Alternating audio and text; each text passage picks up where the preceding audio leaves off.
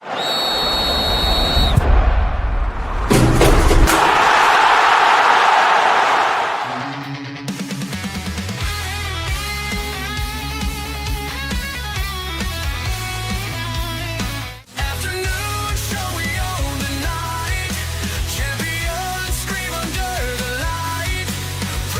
is a great honor for every fan of the Dallas Cowboys. I'm honored to be in the NFL.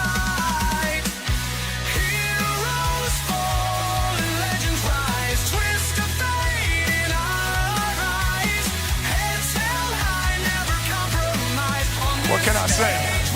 Mamba out.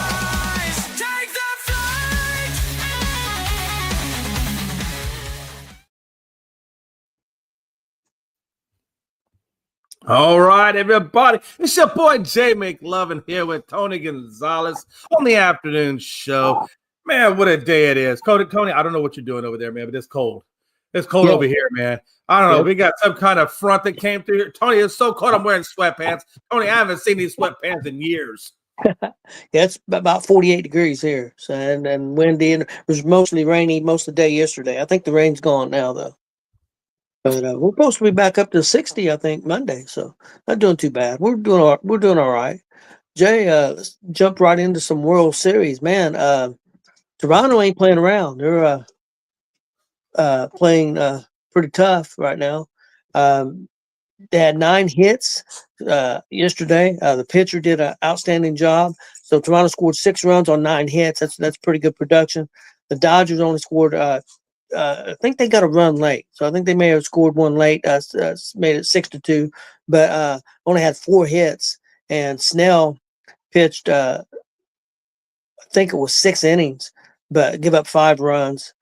So he not his best, but Toronto again, they did the same thing to him. They got him up in the pitch count, and they made contact. Well, they started off the game with 2 home runs, back to back home runs. So and that looked bad for the Dodgers right off the start. And Yesevich pitched great, 7 innings, only 3 hits, 1 run, and 12 strikeouts. So he did a fantastic job. We're going back to Toronto. They've got 2 games to win this thing. So definitely the advantage is Toronto right now. But Jay, what do you think of last night's game, and can the Dodgers come back and win this thing? Yeah, it's interesting.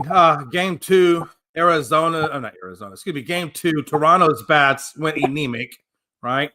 And then in tonight's game, last night's game, the Dodgers bats went anemic to the point where if you look at Ohtani, Smith, Betts, and Freeman, if you take just those 4 batters alone, which they're top 4 batters, by the way, outside of Teoscar, if you want to put 5 in there, but just out of the big 4 that they put in there, they went 1 for 15.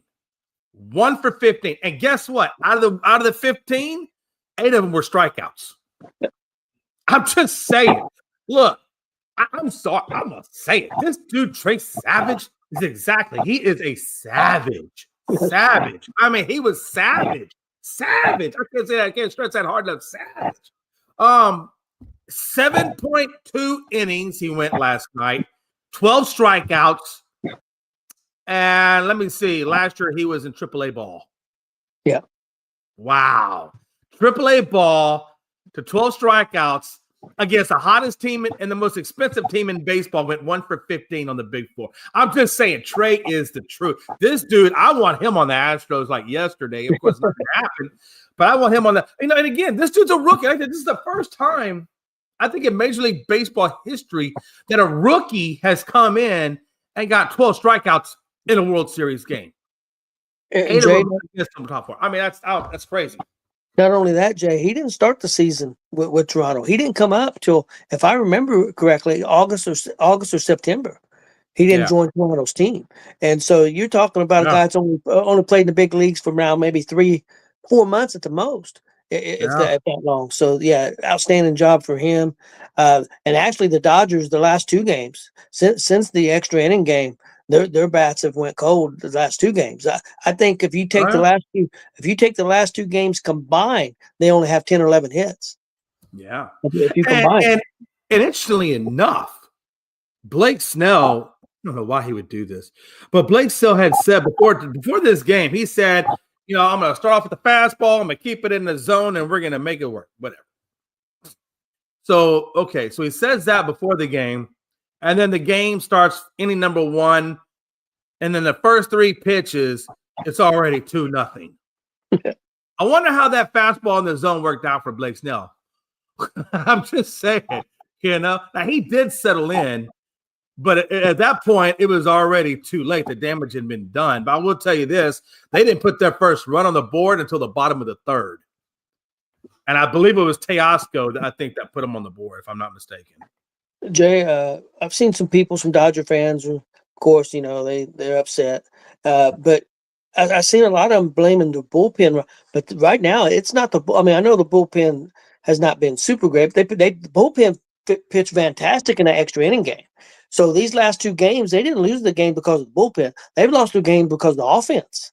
Yeah. I mean, if you only score 1 or 2 runs in a playoff game, World Series playoff game, it's going to be hard to win. You got to score more in most cases, unless it's a 1-0 game or 2-1. You're going to have to score more than 1 or 2 runs to win. And the Dodgers down right now is their offense. It's not the relief pitching that's killed them. Not it has at other times. Don't get me wrong, especially during the season. But that's not why they're losing this series right now. Not my opinion. In my opinion, it's definitely. The way you're thinking is exactly the way I'm thinking. So me and you we're on the same page. I totally agree with you on that, 100%. I know you asked about what do we expect tonight. Well, I'm gonna tell you right now. Tomorrow night, Jay. Tomorrow night. They got today. I apologize. I knew that. They gotta have a travel day. I don't know what I'm thinking, but anyway. The point, I guess what I meant was you asked me about the next game. This is going to go 7. Let me just go ahead and tell you right now, it's going to go 7. And the reason why I'm telling you that is they got Yamamoto going tonight. And we all know what Yamamoto is. He's already put a complete game on Toronto already. Yep. Okay. And so, the pitching's going to be there. And Yamamoto, he's the kind of guy that can get you a complete game if things line up right. I mean, he's done it twice now in this postseason alone. So, I mean, in all honesty, I don't expect to see much bullpen out of there except maybe a closer if he doesn't just quite get the 9. I think he goes, at a minimum, I think he goes 7. At a minimum, I think he goes 7. But I think Yamamoto is going to resurrect it. I think those bats are going to come alive in Toronto for the Dodgers. And I mean, when you got a guy like Yamamoto on the mound, all you got to do, Tony, like you said a second ago, is put up 3 or 4 runs, and that should be enough. Honestly, I think 3 runs is enough. But, again, when you got a guy going a complete game, I think 3 runs is enough, to be honest with you, for the side of the Dodgers. Yeah, I don't disagree. The thing about it is Gosman pitched pretty well the last time until they tried to stretch it. If he can go 5 or 6 innings and hold them to 0 or maybe just 1 run, he will have done his job. Don't try to stretch it out to the 7th and 8th inning like they did. They tried to get him going to 7th, and that's when he got rocked around and give up more run. If they can go 6 innings and be in that ball game, ahead 1-0 or tied, or down 1-0, then Toronto is going to have a chance. But they got to keep it close through that first 6 or 7 innings. It would be a big advantage if they was ahead, 1-0 or 2-1 or something like that. But again, right now, man, nobody's really been able to do a whole lot with Yamamoto. I mean, he's just been the last 2 games he's pitched has been complete games. So been phenomenal. So I don't know, but it could be a game where Toronto plays small ball. Hey, man, we get a guy on base walk. We're going to try to steal. We're going to try to bunt. We're going to try to get a run on him. And hope that Gosman can stay with him. I mean, you're not probably going to outpitch him, but you got to try to stay with him. Yeah. So it should be a good. I did say that wrong. It wasn't Teosco that hit him in the first. It was Hernandez. Enrique Hernandez, or however you say his name, it was Hernandez that hit that home run. It's just enough to know that a couple of things. Number one, Trey Savage is 3-1 now in the postseason, and he didn't give up any walks the other night. So that's incredible. 104. I think he's got a 3.46 ERA for postseason play, which, like you said, Tony, for a guy that's only been in the big leagues for about 4 or 5 months, if that. That just sets you up for success going into next year. I do want to say that the good news for Toronto, which I think is going to help them tomorrow night, is the fact they didn't use, because he went so deep in that 7.2 innings. that they really only used Dominguez for 1 out and Hoffman for an inning. So I mean, or an inning and a half. So I mean, they only used 2 of their bullpen guys, and not even very much. So that really puts them into, they're so half of it are going to have 2 days off. Some of their relievers are going to have 2 days off. So that puts them in prime condition to go against a Yamamoto. Now I will tell you, if I'm the manager of Toronto, if I feel by the 6th or 7th inning that this game is just not going to happen for us, I don't know, man. I feel like I'm going to save them pitchers for game 7. Yep. But again, by the time I get to game 7, when we get to game 7, it's all hands on deck. I'm putting starters in there. I'm putting Tony's mother in there. I'm putting anybody I can in there. Everybody's going to pitch. I don't care. Whatever it takes to get the win. So they'll have a lot of on hands on deck. So I think Toronto, 2 things. Number one, Toronto has home field advantage back into their grasp. That's a great thing. Yep. They have a fresh rotation. That's a great thing. Their hitters are coming off one of their better games. That's amazing. So, I mean, all the momentum now is in Toronto. And you're right, Tony. All the pressure was on the Dodgers last night, and they didn't get it done. So now it's do or die, baby. Oh, yeah, most definitely. And yeah, I mean, Toronto's got to feel great. I mean, you just took 2 at the Dodgers, who was the best team in baseball at home. You're the second. Toronto's the second best team in baseball at home. So they got to feel confident. Hey, man, we at least can get one of these. Don't get me wrong. I'm sure they would love to find a way to beat Yamamoto and not go to a game 7. But I kind of agree with you. I think we're going to go to a game 7. And one other thing, Tony, real quick. Is I'm going to be curious to see how they rectify it going into game 6 for the Dodgers. I know you saw all those damn missed balls, all those wild pitches and all that craziness at the plate.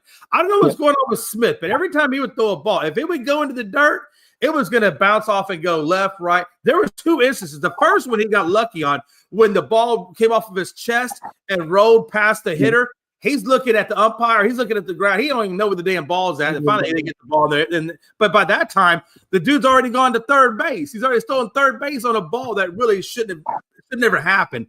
And then when you remember it, then he throws a ball and he doesn't get lucky, and it goes to the backstop, and of course he scores. But the interesting thing about that was that guy, I forget his name, but he actually got put on the first base, and he made it all the way to third on bad pitches and a couple of steals.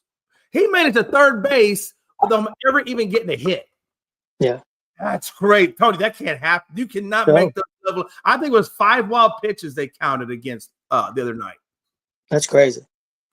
Yeah, that's crazy. It should be very interesting Friday. I'm sure we'll talk about the pitching matchup and more stuff on tomorrow and preview that game tomorrow. So, Jay, if it's okay with you, let's go to some college football preview. But before that, I did remember something I wanted to bring up about college football and get your take on it. I heard the story, and then when I turned on McAfee, excuse me, today, they played the press conference from the governor of Louisiana. I saw that. And they say that the athletic director for LSU will not be making the decision of who the new coach is going to be, that there's going to be a committee put together, and they're going to decide who the new coach is going to be. So how do you feel about that? And then I've been hearing a lot of stir that a lot of people think the new coach at LSU is going to be Nick Saban, that he's going to come back, that his wife is going to sign up for it. They're going to sign a humongous check that she can't turn down. And Nick said it was up to her because it sounds like she was the one that got him to leave. So what do you think about the government starting a committee in Louisiana to decide who the coach is? And what do you think about Nick Saban possibly coming back? Well, doesn't Nick Saban have ties to Louisiana? Isn't he like from that part of the world? Yeah, I believe so. I think maybe didn't he coach there maybe first? I think he did. That's what's resonating in my brain. I think that's why LSU is back in the equation for him, because I think he had original ties to LSU. You're right, he did. No, he did coach LSU. Now that I think about it, he did. So and I knew that was in my brain. I was like, why is that so familiar? But anyway, going back to it, yeah, when you look at number one, I guess at Louisiana State University, of course, it's a state-funded school. I was thinking, like, how the heck does a governor just come into a school and start dictating, like, hey, you can or can't, like what they're doing on the athletic side of it. But then I realized it's a state-funded school, so I guess he's the top of the creme de la creme of it all, right? Evidently. Apparently, so. I thought it was hilarious. I thought it was hilarious when the governor's coming in and looking at your boy and saying, "Yeah, he's not going to be picking no coaches anytime soon." Yeah. Because the first thing that went to my mind is, damn, if that's the case, if the governor's coming into your school and telling you this dude's not going to pick the coach, then I'm thinking, okay, well, what is the school president thinking? Is he thinking like, damn, if the governor's coming down here doing this, maybe we should get rid of the athletic director? That can't be a positive feather in the cap for the athletic director, what I'm getting at. No. You know what I'm saying? Got to be on shaky ground. How long before they get rid of the athletic director? I guess what I'm getting at.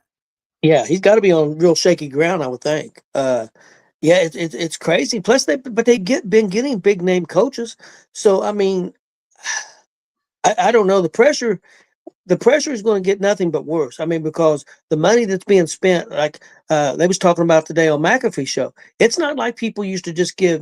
Back in the day, they'd give, okay, here's $1 million, here's $2 million. No, these boosters are giving 10, 15, $20 million, and people say, well, it's out of hand because these boosters think they have a say. Well, if I'm giving $20 million, I'm not happy with the product. I think you need to listen in their mind. You need to listen to my opinion. I ain't going to give you my damn money anymore. So at the end of the day, it all comes down to money. Money always runs the world. I'm sorry. I don't live in a utopian world. I know that money runs the world. And you're right, Tony. If you're giving 20 damn million, you don't think I'm going to have a say? And if I'm the school, you don't think they're going to be listening? Because the last thing the school wants to do is piss off a donor. Yeah. You know what I'm saying? I mean, let's be honest. And so for that, I mean, I'd love to see how big that check is that they're going to write to that young lady, because it's going to be a big check. Well, it's all changed because, like they said, they have people that work at the college for the coaching staff who make videos now of players on other teams that they want to try to get, and then they go to the boosters and say, "Look at this! Look at this guy! If you give us so many $1 million, maybe we can get him on our team." Right. So everything's changed. And they did ask today. They had him as a guest. McCarthy used to coach Dallas Cowboys, and they said now that the college has kind of changed, it's more like the NFL used to be. I mean, more like the NFL. I mean, because you got basically free agency. You're paying the players, everything. And they asked him, "Do you think we might see more NFL coaches head towards the college game?" Right. And that is interesting. I mean, because you could find recruiters. I mean, you could find people to do the recruiting for you if you're not a recruiter yourself. I mean, there's got to be people that you could pay a lot of money that's got experience to do your recruiting, just as far as recruiting goes. And your name, if you're a big name guy, if you got Belichick there, but of course, I mean, we'll see how he ends up doing, in the next few years if he can build a team. But there's a lot of NFL coaches. I mean, what's to say that, let's say Pittsburgh fires their coach. You don't think colleges are going to come calling? Oh, absolutely. And the situation is going to be better for an NFL guy now because they're going to have, it's just not about recruiting anymore. My thing is, if Kelly just got bought out for $54 million, that's a lot of damn. That's not college money. That's NFL money. That's what I gotta imagine. Number one, any coach like that's not going to go to the small university. Nick Saban, you'll never see at a small university, right? He's always going to be at a big time university, and most of the time it'll probably be in the SEC. That's just kind of where he kind of resonates. But which is, I'm hoping maybe one day we're not going to get we're not going to get Saban, but I'd love to get somebody other than the one that I've got right now, Sarkisian, whatever his name is. I can't stand that guy, but no, my thing about Nick is, I wonder, can he do it again? Because Nick was always about being, in the living room. That was his forte. He could get all these recruits. And now the NIL is there. And that was kind of the reason why I thought he left in the first place, is he didn't like the NIL. He didn't like transfer portal. The game was changing. And I don't think he liked it. I think that's why he bowed out and went and did whatever he did. My thing is, when he comes back, is Nick going to be too antiquated to deal with the way the college game is done today? That's the only thing. That's my only hang up with Nick Saban is can he change how he does business and still be as effective as he was with the way the game is now? Well, things were a lot easier for him because Alabama always was one of the top teams spending money back, back in the day. I'm talking 10 years ago, 15 years ago, whether it was legal or not. They spent the money. They got the players. I mean, they had players that could have started in their third spot.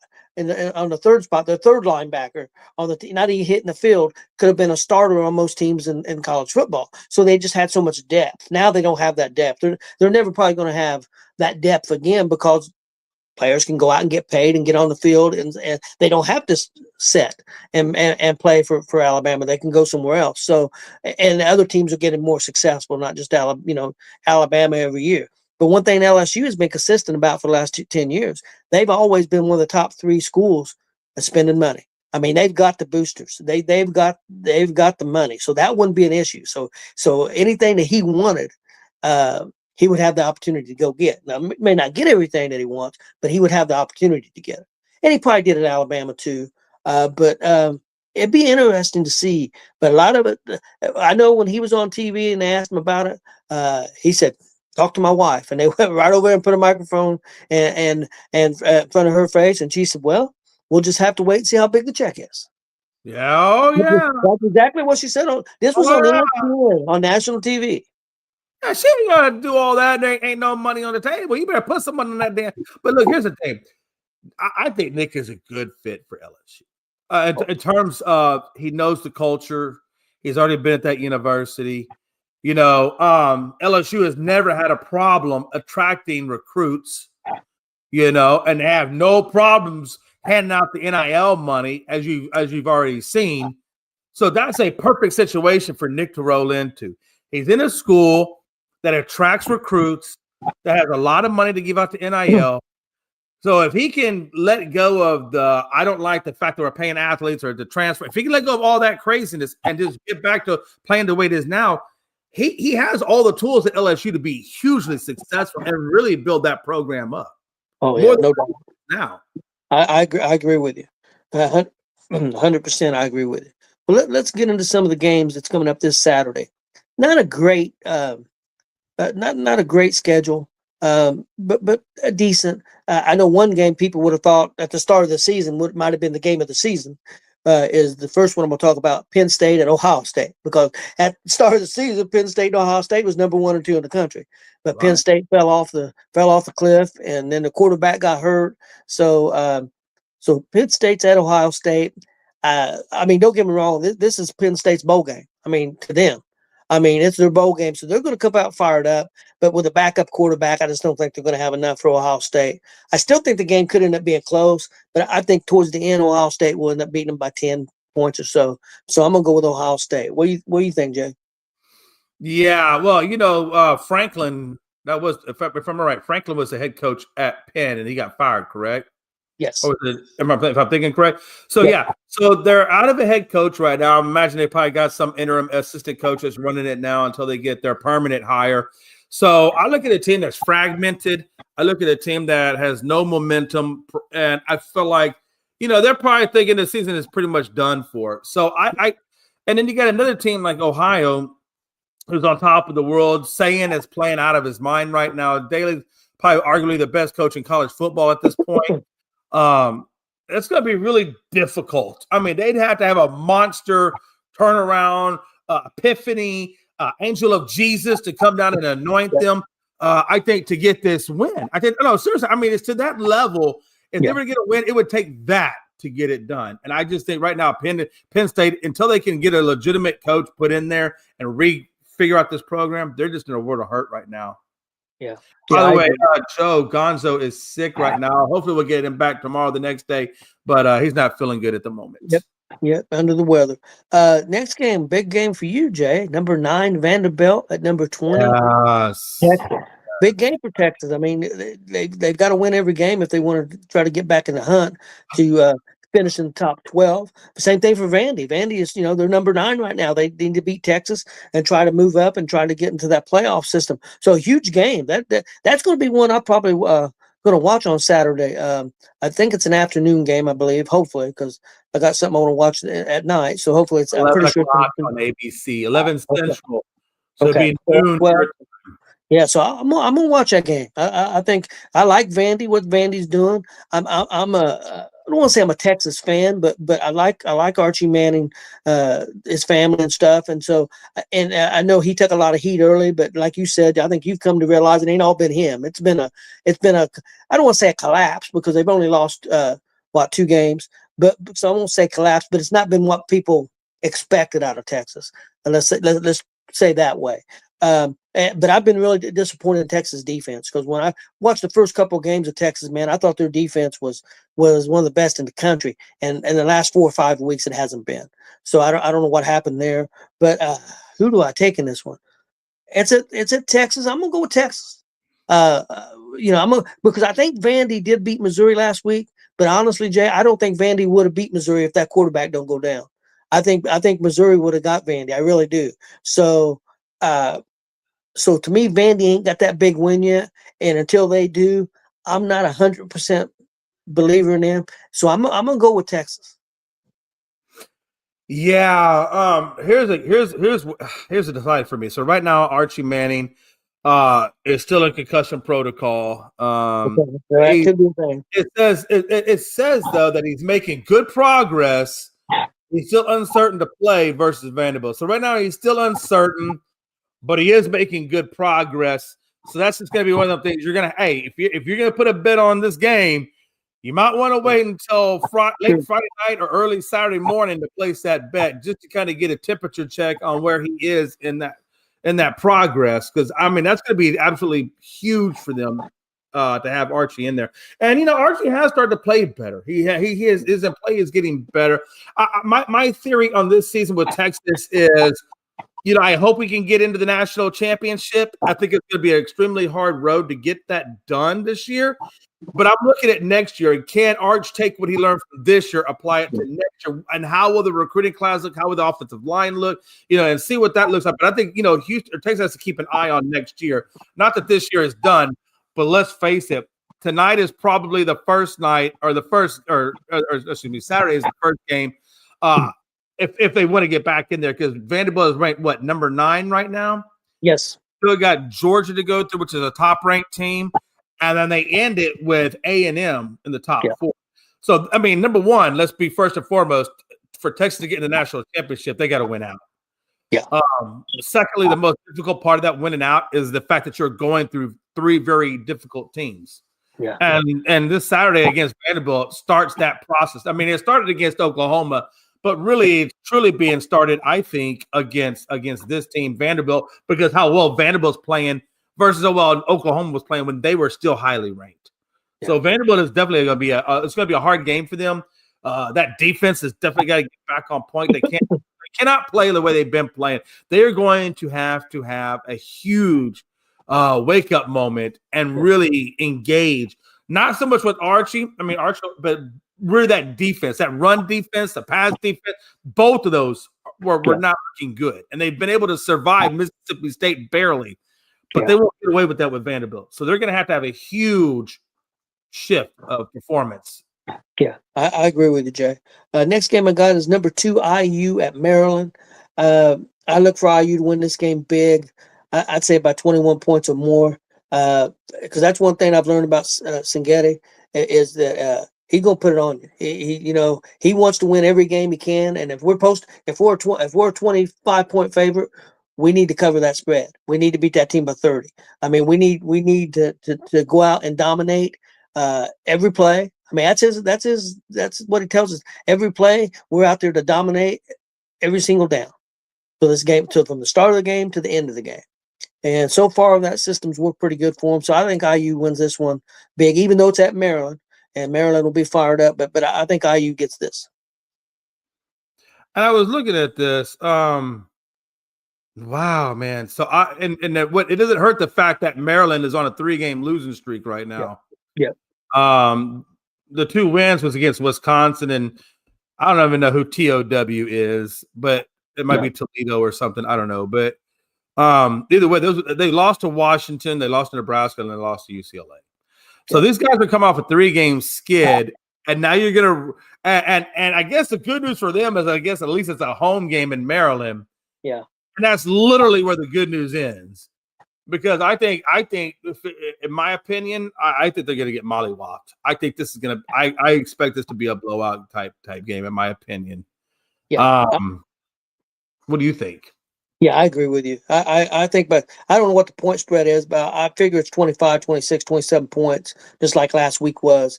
And I didn't know if IU would cover that, and they beat that team 50-6 last week, beat UCLA 50-6. So I'm expecting, a 25, 26 point win. I really am. And because Signetti ain't gonna put up with no letdown. he so yeah, I expect a big win for IU in this one. Yeah. Let's move on. Let's move on to number 5. Is 21.5. Okay. Yeah, so you were actually almost spot on that, Tony. That's pretty good. Next up, number 5, Georgia at Florida. I'm sure Georgia's going to be a pretty good favorite here, but this is the rivalry game, Georgia and Florida. But it's at Florida, but I think Georgia has too much, wins at least by 10 points. Yeah, I mean, I agree. I mean, they're extremely heavily favored. Again, the point spread in this game is 7.5. But Georgia, I think Georgia's going to be too much. I mean, Florida played a good game. If they play the game like they did against Texas, they might have a shot. But yeah, if I was a betting man, I would bet on this game on the side of Georgia, unless I'm wanting to get an underdog. And then that's the case, Florida might make a good underdog. Yeah. Okay. Next up, let's go to number 10, Miami at SMU. SMU's been a pretty good team the last couple of years. But I think Miami gets it on the road. Even though Miami's been playing some tight games. I mean, I think they're a strong team, number 10 in the country. But this could be a trap game for them. I mean, they're trying to make the playoffs. And SMU's not a terrible school, and this is kind of a bowl game for SMU in a way. So I look for a close game, but I think Miami gets it in the end. Yeah, I mean, I don't want to overlook SMU either. I mean, they did beat Clemson. Okay, not that Clemson has really matriculated into what we thought Clemson was going to be when they were ranked at number 4. Yeah. But they did beat Clemson. They beat Stanford and Syracuse with their losses to TCU and Wake Forest. I'm taking Miami on this, and I think it'd be crazy not to. I think Miami gets it. The game will be at SMU, but I think Miami has way too much firepower for SMU. I think this is going to be another. I don't think it'll be a trap game, but I think it'll be a little bit closer. But I think there'll be at least a good two score differential. Yeah. Yeah, I agree with you. Next up, this could be an interesting game after their performance at Alabama. South Carolina at number 7, Mississippi. South Carolina showed a lot of heart. They should have won that game against Alabama. Actually, they outplayed them. I'm not, they really did. That wasn't Alabama's best performance of the season for sure. But Mississippi's number 7 in the country. They're in a good position they should have beat Georgia. They blew that game. If they beat Georgia, they're probably a top 4 or 5 team in the country. They're number 7 right now. I think South Carolina might give them a little bit of a struggle, but I think Mississippi's offense is too strong for South Carolina. So I'm going to go with Mississippi at home. Oh, man. Yeah. Yeah, everything in my heart is telling me to go with South Carolina. I'm going to roll with South Carolina on this one. But I think it's going to be tough. It's going to be close. Yeah, South Carolina's a solid team. I mean, I know the record probably don't show that. I don't think they get. Yeah, that record is not indicative. I don't think fully of them. But they're a solid team. Next up is number 18 Oklahoma and number 14 Tennessee. Now, this is a really important game for both these teams. You lose, you're probably out of any chance of making the playoffs because you got to finish in the top 12 at least. I think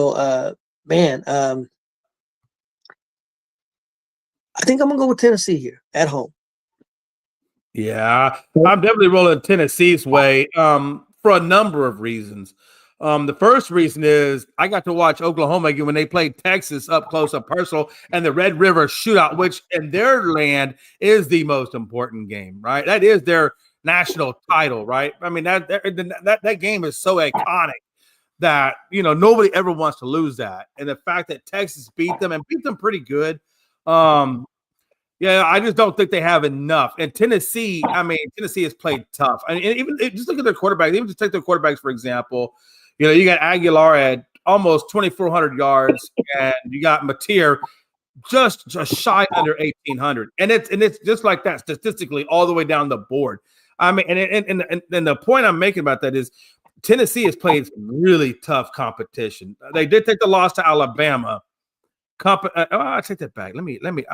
I guess I was thinking the Alabama game. I got they beat Alabama, but I forgot that's right. They lost. But either way, they played Kentucky at 56-34, Arkansas and Mississippi State. It's interesting. Mississippi State is actually playing crazy good because normally I always look at Mississippi State as like the bottom feeder of the SEC, but they actually took Texas to overtime and Tennessee to overtime. So they've had some really good games against hard opponents and lost it by a little bit. But either way, man, I'm rolling with Tennessee. I think after what I've seen from Oklahoma and what I've seen from Tennessee is just a tougher. I think it's a tougher team. I think it's a tougher mentality type of team. So I'm rolling with Tennessee on that. Yeah, I don't disagree with you.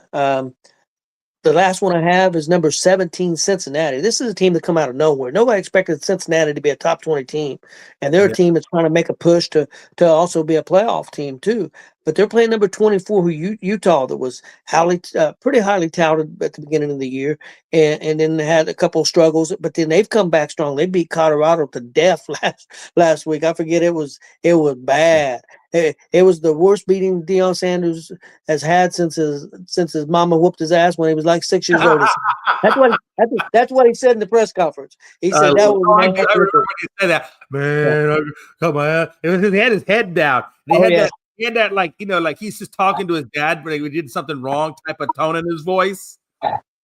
Oh yeah, it was bad. And this quarterback for Cincinnati has really been impressive. He's really played well. But if it was at Cincinnati, I would take Cincinnati. But because it's at Utah, and going to probably be about like a 10:30 game at night, I'm gonna go with Utah. Yeah, Yeah, I mean Utah is it's a 10.5 favorite by Utah. That's what the spread is, 10.5 over Cincinnati. But I don't buy into that. I mean, Cincinnati is 7-1 and Utah is 6-2. Who's a higher ranked? Just like, oh, Cincinnati is higher ranked. Okay, higher ranked and 10-point underdog. I mean, it blows my mind. But look at who Tennessee has played, man. They played Baylor, Oklahoma State, UCF, ISU, KU. I mean, when I look at this list of people that they played for Cincinnati, you might be able to make a case for maybe for Baylor, not really, but that's really about it. I may, or even ISU, maybe you can make them. But they played nobody. USF's pretty good every year. Yeah, but I mean, like, literally, Cincinnati has played like nobody. Even though I know their record is great and they are coming off like a 5 or 6 game win streak. But man, they haven't played nobody. So because they haven't played anybody, I know they're ranked 17. But you know what? At one point, Clemson was ranked number 4, and Penn was number 2, and Texas was number 3. And look where we are now. So I think the ranking is just a BS mechanism, in my opinion. And because I believe that, and I see that the level of competition that Cincinnati has gone up against versus what Utah has. And Utah is only 6-2. I'm rolling with 6-2. I'm rolling with Utah on that as well. I think it'd be So I'm gonna keep it at that. I think Utah also. Hey Jay, let's move on to some NFL Thursday night football. We got Baltimore at Miami. Miami coming off a huge win last week, to his best game in a long time. I think he threw 3 or 4 touchdown passes. But Baltimore come off a big win of Chicago. Defense stepped up, played well. They ran the football, and not only that, they get Lamar Jackson back this week. So this is where Baltimore has to. They don't have a lot of room for error if they want to get back into the playoff hunt. Since the fact they're like 2-5. So I think Baltimore. I know it's at Miami. But I think Baltimore gets them. It may be a close game, but I don't think they're worried about that. I think they're just worried about winning. So I think Baltimore definitely gets this one over Miami at Miami. Hey, what's up, Philippe? Let's go. Hell yeah, man. Hey, I like you, Jalisco. Or Carrasco. I'm sorry, Carrasco. Go over to Jonathan Mathis's page and tell him that too. Would you please? Yeah. This is called Jonathan Mathis. Give him pain over the next 2 or 3 days while the series is going on. Oh, he was crying last night. I'm just saying, no, but I appreciate that, Carrasco. So here's the thing: going back to Lamar and the Ravens, and I like the way they did that. We talked about this on Coast to Coast, and it made a lot of sense. He's coming at it back at a perfect time, right? And I don't know if they waited him out or held him out a little bit long enough. I think they were smart to hold him out and let him get fully 100 before they brought him back in. And then you're bringing him back in right now at a point where they're 2-5. And thankfully, they were smart enough to realize that Cooper Rush is a good quarterback, is a good serviceable backup, but he doesn't fit that Baltimore system. No, he don't. And Tyler Huntley, courteous of the Browns, was released to join back up with Harbaugh. He knew he could run it, which was the smartest thing they did because that kept them in the hunt until Lamar came back. And now that Lamar is back, if you look at the rest of the Ravens' schedule, it's very soft. Okay. It's very, very soft. And it is and which is good because that's what Lamar needs. Lamar needs some good, easy games to get back in the flow of competition before you go back to the gauntlet. And I think it's going to be very easy for them to get back to 7-5 and then compete for the wild card or possibly even the division because it's not like Pittsburgh is wanting to win the division anyway. Yeah. Yeah, I don't disagree with you. The only thing that still worries me about Baltimore, and it's been their problem for a couple years, is their defense. Yeah. I mean, it's going to be a situation. Baltimore's offense might put up 30, but their defense might give up 31. So that's my only concern. Yeah, I think Lamar being back's big for the offense, no doubt about it. And I think they'll get on the same page pretty quick. And like you said, they got some easy games to help with that. But can their defense get back? Now, last week, it did against the Bears. I mean, their defense held the Bears to 16 points, and offense had been playing really good. So if their defense can hold teams to 23 points a game, Baltimore's going to have the offense that can probably win most of those games. So their defense don't have to be a top 5 defense in the league. It's got to be a top 15 defense. If they can not be a top 30, they can't be number 30. They got to be 15, 16 at least. So if I was Baltimore, because my defense is so bad right now, if I was Baltimore, I'm calling up Ray Lewis and say, "Yo, man, you want a linebacker coach spot?" Yeah, because I will swear to God, I'll make a vacancy right now if you'll come back and get this damn team operating. I know, sir, and I'm joking when I say it like that, but the seriousness of it is, if they were to get Ray Lewis to come back and take a positional job, you know what I'm saying, and work his way up to the coordinator spot, what he does for the energy of that defense and everything like that, that could be the spark. Yeah. Oh yeah. And the other thing is, if Baltimore can run the football and grind a little bit and not score too fast, that helps your defense because your defense not on the field as much. So I think Baltimore gets this one tonight, Jay. You ready? Let's do some hot seat questions. I got some hot seat questions. My first one is, and this is going to be interesting, and it's tough to pick here, so I understand that because we don't know what the college, who's going to be ranked where in the college football playoffs and who's going to be seated where. But I'm asking you, is your best guess right now, and I'll make one too, who is your pick to be in the college football championship game? If you was going to pick 2 teams right now, who would you pick? Well, it's going to be Ohio in there. Barring injury, Ohio should definitely be in there. I don't see Ohio not being in there. My second pick would probably, and I didn't think I would even say this. It blows my mind. I can see barring injury, I can see Indiana in there. I can see it. But again, I don't know how if that would line up like that in terms of playoff picture. It could, Jay, because I've seen some predictions from some guys. Of course, you're going to right now. They're on track for Indiana and Ohio State. They don't meet in the regular season, but they would meet in the championship game of the Big Ten championship. And then the winner of that, especially probably because Indiana's number 2 and Ohio State's number 1, the winner of that game's probably going to be the number 1 seed in the tournament.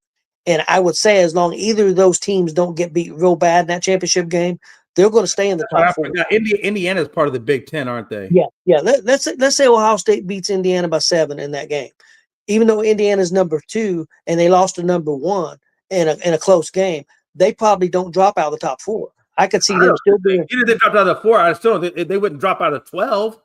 No. They're going to be lost to the number one ranked team. Yeah, I both those teams are going to stay in, but I think IU would stay in the top 4. So especially, it just depends on where they would be in the bracket. Either way, whether Oh, it's yeah. Ohio State loses or it just depends where they would be in the bracket. But it's Right. not inconceivable that you could see IU, you could see them in the Big Ten championship, and they could possibly make it. I wouldn't pick that way, and I'm not going to be a homer here, Jay. We can't beat number 1 till we beat number 1. So I'm going to go. I'm going to, even though I think IU's got a hell of a shot, and I'm rooting for them, but I'm going to go with Ohio State in the championship game, and I'm going to pick. I've been really impressed with them lately, and I'm going to go with Texas A&M. I'm going with Texas A&M on one side, and I'm going with Ohio State on the other. But I will say, I still got a lot of belief in IU. The only reason I'm not picking them there, and I think I'm being fair here, Jay, they've not been there before. Until you can beat Ohio State, the team that beat you like a redheaded stepchild for the last 20 years, we've got to beat them and especially if we beat them in the Big Ten championship game, we're number 1 seed, we're gonna have a hell of a shot. And so that'll be huge, but we got to get there first. So I'm not going to be a homer, even though I want to be. Normally I would say IU all the way, but I'm not going to. I'm going to be fair. I'm going to pick Ohio State. They're the defending champion, so I'm going to go with them, and I'm going to go with Texas A&M in the championship game against them. So what do you think? What do I think? I think Logan, 45 minutes. I need you to start the clip running, and we're gonna clip this and put it on TikTok and Tony. That's all I was thinking. No, because that's actually a very I like the take on it. I like the A&M take on it because that's true, man. A&M is playing some good lights out ball, and that kind of scares me a little bit because Texas has to play A&M.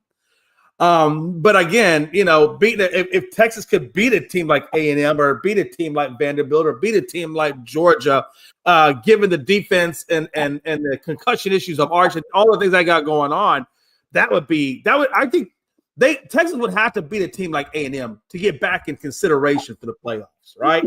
Yeah. And A&M and the way that A&M is playing right now, it's just ridiculous. Yeah. So that's. And Joe put up Alabama, Ohio. I can see that. I mean, hey, Alabama is starting to turn around a little bit. I agree. I almost went with Alabama, but the reason, I'll be straight up honest with you, I'm not sure about their defense. I know they got the quarterback. I think they have a good enough offense to win a national championship. I'm not sold on their defense. Now, they could prove me wrong. I think Alabama's right there. I think they're going to probably be a top 4 or 5 seed in the tournament. So I think they're going to be right there for it. But I just believe right now, I believe a little bit more Texas A&M than I do Alabama. Yeah, I was trying to see. See. Oh, there he is. Okay, I was just wanting to pull up their schedule for A&M just to see what it looked like. And right now, I mean, you're right, man. I mean, they beat number 8 Notre Dame back in September, and then their next biggest one was Florida.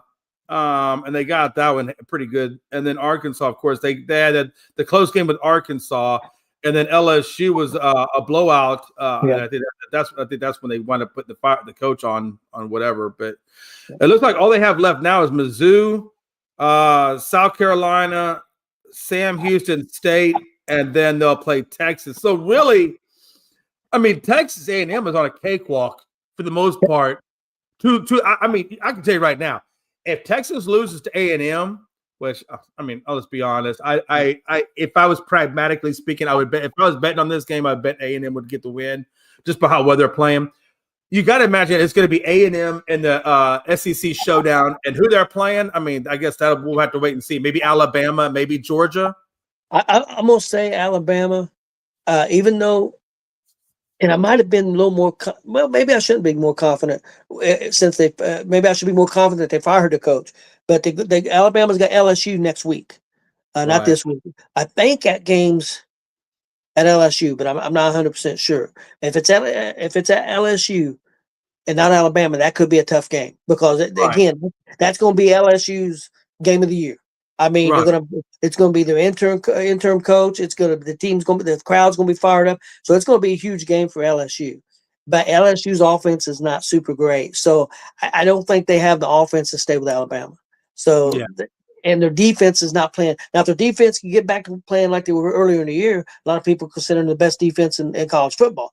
But that's not been that way the last 3 or 4 games.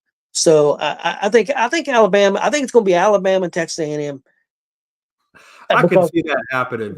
I can absolutely. And to be honest with you, it might affect Alabama more than it would Texas. I mean, regardless, if Texas loses the SEC, I think A&M is in the playoffs. Oh yeah, but I think both teams. I don't know. Do you think Alabama? If Alabama takes the loss, I mean, they should still stay in there as well. It'd be their second loss, and that Florida State is not a good loss. But I think that they would still be a top 8 or 9. Yeah, I think they're in. I don't think they'll fall completely out of the playoffs. I think they're in good shape as long as if they was to lose a game before that, if they was to lose to LSU, then they don't. Then we'll see, because if they lose, let's say LSU upsets them and they get their second loss, and Georgia don't lose any more games, so Georgia's going to go. Georgia's going to go to maybe that playoff game. Well, maybe not, because it's conference, not just because I think they go by conference first. Alabama's undefeated in the conference, and they beat Georgia, so that could be interesting. So I'm not sure, but I think if Alabama gets that second loss, if they get upset or something, then it could be tougher. But as long as they go into the SEC championship game with only 1 loss, I don't think if they was to lose, I don't think it's an issue at all. Yeah, I'm right there with it. Again, this Saturday is going to be fun, Tony. Yep. I mean, literally, if you guys like sports, I mean, these weekends are incredible between baseball, basketball, and football, and then college. I mean, I don't know how much more you want. We got some great showdowns in college. We to the World Series, and we got some really good football over the weekend. So, I mean, it's going to be phenomenal. And we get the Miami Ravens game tonight. So, yeah. We'll see how that goes. Hey, let's go to another hot seat question. I've got an NBA question. Yeah, I know we're early on, but 2 teams have been a little surprising so far. Who has impressed you more so far, the Spurs or the 76ers? Sixers. See, and just because the way they ended the season last year, the way they're starting off, undefeated right now, and the way they're monitoring Embiid, they're not rushing them, which tells me that they're going to rehab him the right way, back into playing full minutes. Maxey, it's just phenomenal. The whole team is just playing phenomenal. So, the reason why it impresses me more about Sixers than it does San Antonio is because San Antonio has done a lot of good things, and they're upcoming, and they don't have all that bad stuff going against them. I mean, they're rebuilding that team the right way. And so when you see a team that everybody has discarded, look, it's bad when the Phillies 76ers fanatics fan, the Philly sports guy, when this is a guy that is like in pure hatred of ownership of that 76ers team and doesn't believe in it, this, that, and the other. And this is last year he was talking. And then this year you see him all about the Sixers and this, that, and the other. I mean, just let that sink in for a minute. This is a diehard Philly guy, and he was just about done with the Sixers. And the fact that they came out and started the season the way they did, how was that not impressive? Yeah, I agree with you, Jay. I've been really impressed with the Spurs, but I pick the 76ers also. I'll go. Yeah. My next question is the college question, college football. Okay. Who was the most overrated college football team this year? What was the team that, when we started the season, that came in that everybody thought was going to be fantastic, great, and has been dog shit to a certain degree this year? Who's been the biggest disappointment this year? I hate this question. I really do. I fucking hate this question. Hey, it's a good question. By the way, it's a good question, but I hate it because the answer I have to give sucks, and I hate it. I hate it, Tony. I hate you right now. I do. I hate you a little bit. But I will answer it honestly. It's absolutely Texas. Well, and Penn State. Yeah. See, I would go with Penn State over. It's a tie between Penn State and Texas. Well, the reason I would go with Penn State over Texas is Texas still got a shot. It may not be a great shot, but they still got a shot. Penn State's done. Yeah, they are done. They're dog And, water. and another team too, that right up there too, was Clemson. They was number 4, Oh and yeah. they just got. I mean, not only did they lose games, they got their asses kicked. The only You reason know, I didn't say Clemson is because the fact that I didn't really hear anybody saying that they were expected to do great things. This that I never heard any of that. But when it came to Penn State, Tony, you're the first one to say, oh, Jay, they're yeah, returning all of their players back. They oh got a yeah, great this. They oh got a yeah, great that. and that's why I say Penn State's the most Yeah, because yeah. they were. I No, mean, you're right. I believe. yep, No, I believe. I'm right there with you. And then Texas. I mean, I thought Texas was just going to kill it, yep, and yeah. yep, yep. I think I agree with both. Those are good ones. Next up, what NFL player has surprised you this year, good or bad? It can be you can say because they've been a lot better than what you thought, or they could, hey man, this dude has sucked this year. I expected big things out of him and he did shit. So who is what Yeah. NFL player surprised you this year? Well, I'm gonna go to my team because let's be honest. Every damn conversation is Arch Manning, Arch Manning. We can't wait till he gets the reins. We can't wait till he gets the reins. And it's all about Archie. And then I get, 200 yards, maybe 100 yards, touchdown, 2 picks. I mean, yeah, it's just a variety of different things, right? So I felt like Archie came into this, and I don't know if it's as much of a media hype or what it was, but that dude was. I was on the Arch Manning train. Like, this dude is the best, and he still could possibly be. It's not over. But you got to admit the expectation of Arch coming into this season, and the expectation and the reality of what we got, don't look the same. No, I agree. But I think, I agree with you. I think you misunderstood my question, though. but I agree with you about Archie. What NFL player has surprised you? I apologize. Good, no, you're fine, good or bad, because I don't disagree with your take on Archie. But good or bad, it can be either way.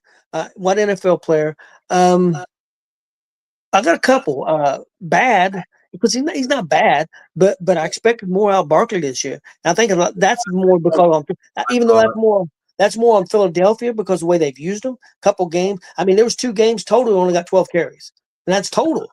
So that's more on Philadelphia, but I expected more out of Barkley and a guy that I thought was great, but he's just having. A fantastic year. Could be a record-breaking year, and that's Jonathan Taylor. I mean, I expected him to be good. I didn't expect him to have 14 touchdowns already, already in 8 games, So, I mean, this dude's on a record-breaking pace right now. So I'm going to say Taylor has surprised me. And then I'm going to say Barkley is the other one for bad because not that he's played bad, but I mean, after the year he had last year, I thought he'd come back in this year and dominate. And it's not been that. And it's not all his fault, because if they don't give you the ball, you can't do that. So what about for you, Jay? Yeah, one of the biggest ones for me is Tua. By the way, I had Saquon as well, but you took Saquon, so I couldn't say him. But I had Saquon for the exact same reason you did. Explosion, year 1, and then nothing really so much year 2 for the most part. But I think we kind of saw that in the Super Bowl. In the Super Bowl, Saquon really wasn't all that involved either. And then this year, he really has not been. He has not been the Saquon that was regular season Saquon last year. So yeah, I agree with you. Saquon 2 is another one. Put all the concussions aside, the guy literally did a press conference and said, "I'm too short. I can't see over the offensive lineman, and I don't want to throw it into the blind." Yeah. Okay. So that was it. That's all I need to hear from that man. And so yeah, Tua is a bust. He's garbage, dog water. Pure and simple. And, he had shown signs of he could be a good quarterback if it wasn't for the injuries. There were periods where he was doing well, and then the injuries just derailed him. But the fact that you're going to come out and do a press conference and tell me that you're too short, you can't see over the offensive lineman, I think that was the final nail in the coffin for Tua. Other than that, Saquon for sure. Kyler Murray is really disappointing me as well. He's been hurt, but yeah, he didn't look good even before he got hurt. So I agree with you on that too. Okay, my final question, Jay, is as of right now, who would you pick as your top NFC team, and who would be your top AFC team? I'll go first. I'm not going to be a homer on this because I really believe they are right now. I'm not saying they're going to be the best team at the end, but right now I think the Indianapolis Colts are the best team in the NFC right now. That could change, of course. In the NFC, it's tough because I like the Rams and I like Detroit. I'm going to go with Detroit. I'm gonna go with Detroit as my top team in the NFC, and I'm gonna go. And it's tough in the NFC because there's 2 or 3 teams there that I mean, Philadelphia. You can make an argument still Philadelphia, not that they play great, but they're still right there. But right now I'm gonna go with Detroit and the Colts as the best 2 teams. One in the NFC, one in the NFC. What do you think, Jay? Yeah. First of all, I would tell you is no, say that shit with pride when it comes to the Colts. You could be a homer on that one because a lot of people would agree with you. I would agree with you. I didn't believe in the Colts like you believed in them coming into this year. But they obviously proved me wrong. They did take the one loss. Tony, who was the loss against? The Rams. Okay. And the Rams are a good team, so you cannot hold that against them. And again, they lost it by a touchdown. So, all right, it is what it is. And I think that was back in September 28th. So, I mean, that's still early on in the season. And it was LA. It was a road game. So, but I think for me, what gives me credibility about you guys, and I'm talking about in your schedule about how, what you played and is it legitimate or not legitimate, right? Is you beat even if it's by 1 point, you beat the Broncos. That's a good legitimate win. You beat the Chargers. That was a good legitimate win because I think Omarion Hampton was still in the game at that point, right? Yeah, I think so. So you got some top, some top competition that you've gotten wins against. And again, it's not like you got blown out by the Rams. You know what I'm saying? And that was actually in LA. So put a little bit on that. No, I honestly think in the AFC side of it, you guys are the best right now. You're the best, hands down. Won't even argue it. I think Josh Allen is right there, probably behind you a little bit, probably Patrick Mahomes, and then I would probably put Lamar. Even though I know they're 2-5 right now, that's going to rectify itself real quick. Watch. So I would put Colts as AFC, and then when I look at the NFC, and by the way, I think I don't want to discount New England. I am overlooking New England. I need to stop doing that because New England has played Buffalo and beat Buffalo. I think that for me, New England, the biggest game for them guys will be when they play Buffalo at home in New England. If they get back-to-back wins over Buffalo, you can start putting them in the conversation. But no, on the other side of the coin, I am going to roll with Detroit on that one. Even though I know Green Bay is top of that division, I like what Detroit's doing over there. I like the whole chemistry of that team. I like Jahmyr Gibbs. I like Aiden Hutchins just inked his contract. So he's going to be playing confidently. And that's a good team over there in Detroit. So I'm going to roll with Detroit. Yeah, I like Detroit too. I think they'll get Green Bay when they play them again. I like the Rams a lot. Tampa Bay, if they could get healthy, is a good team too. There's a lot of good teams in the NFC. Well, do you think the NFC? It's tough. I don't know. You still, of course, you got Philadelphia that you can't discount. Which division do you think is tougher? Do you think the NFC is stronger or the AFC? I think it's pretty close. Man, all right. Here's how we're gonna do this. We're gonna we're gonna go to the AFC real quick, and we're gonna say which ones we believe are playoff contenders out of the division, right? Okay. So we're at the AFC side. We got 2 out of the East in Buffalo and New England. They're playoffs. Yeah. You got, I would say 1 for sure in Baltimore. I think Baltimore's gonna write that shit. So I'm putting Baltimore in there. As long as Lamar Jackson don't get hurt, I'm putting them in there. And I think Pitt's in there.